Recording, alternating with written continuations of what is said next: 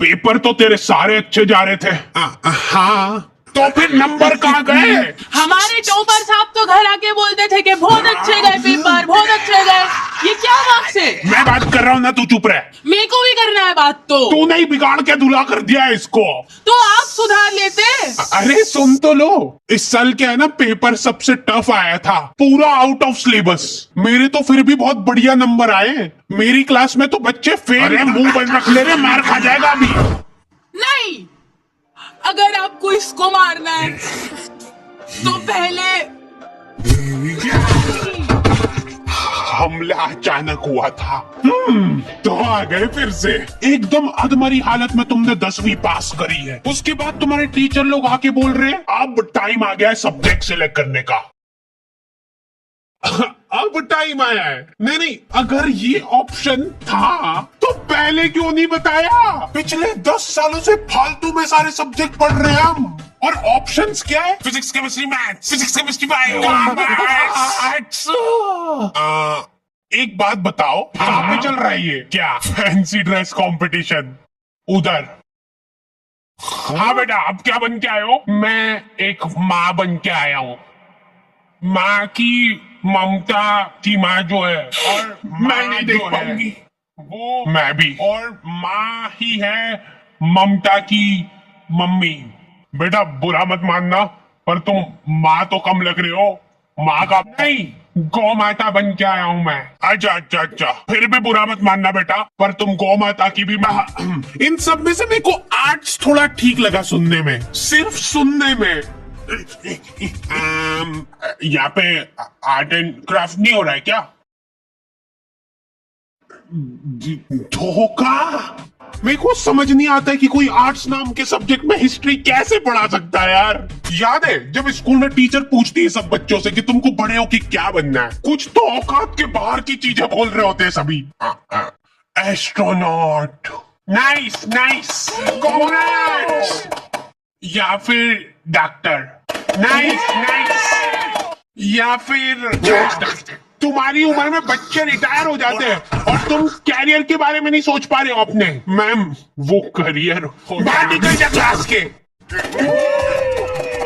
क्या तुम लोगों को भी ऐसे ही बेइज्जत करके क्लास से बाहर निकाल दिया जाता है? हाँ। और ऐसा लगता है कि तुम जिंदगी में कुछ नहीं कर सकते हो? नहीं, ऐसा तो नहीं लगता। तो लगना चाहिए। एक बात बता, अपने स्कूल में इंग्लिश कितने बच्चों को आती होगी?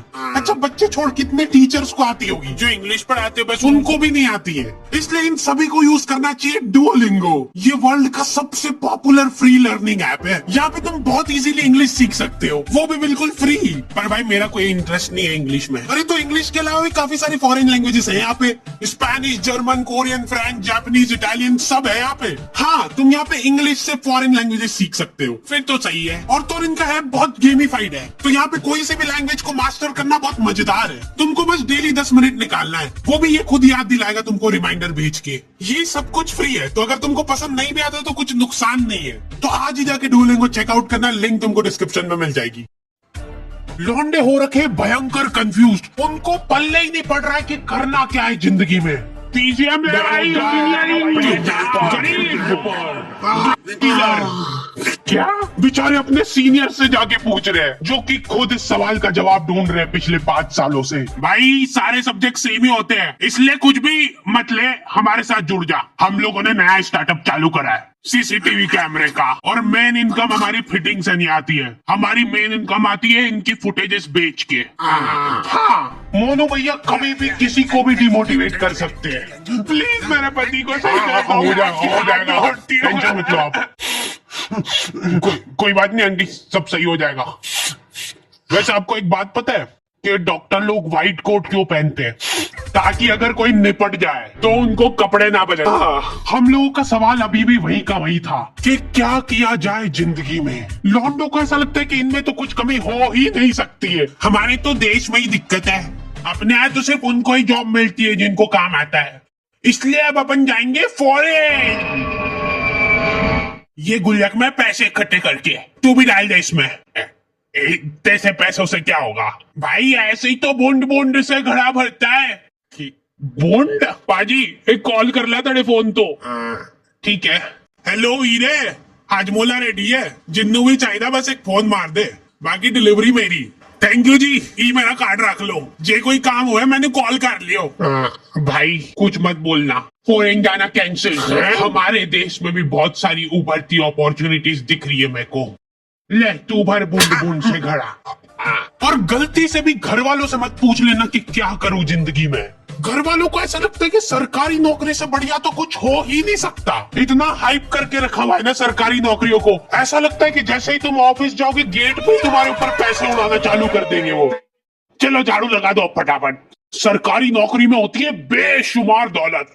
कैसे बताता हूँ। एक बार मैंने एक पुलिस वाले से जाके पूछा कि आप साइड इनकम के लिए क्या करते हो, और पता है वो क्या बोला?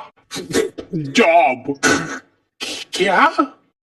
अरे मतलब वो साइड इनकम के लिए जॉब कर रहा है, तो मतलब मेन जो पैसा है वो समझा के नहीं? इंटेलिजेंट ह्यूमर की कोई वैल्यू ही नहीं है यहाँ पे। तुमको वही से बच्चों वाले जोक चाहिए। हम हाडी भाई की वीडियो टीवी में देखते थे, अब हमारे पास ना ही टीवी है, ना ही घर, और ना ही माँ बाप। ऑल क्रेडिट गोज टू हाडी भाई। बिग फैन हाडी भाई, बिग फैन। आज के टाइम में तुम बच्चों को बांध के नहीं रख सकते। पापा मेरे को अपना पैशन फॉलो करना है, मतलब बुढ़ापे में भूखे ही मरेंगे हम। मैंने तो खुली छूट दे रखी कि जो करना है करो। लो ये नाश्ता। नहीं मत लाना, कुछ भी नहीं खाऊंगा मैं। अभी से भूखा रहने की प्रैक्टिस करना पड़ेगी। एक्चुअली मेरा ये मानना है कि सभी को अपना पैशन फॉलो करना चाहिए सरकारी नौकरी का। अपना ये रेलवे में भर्ती डाल दो यार। एक तो ये रेलवे सुनते से मेरे दिमाग में एक ही इमेज बनती है कि इनके एम्प्लॉय तो दिन भर पटरियां साफ करते रहते होंगे।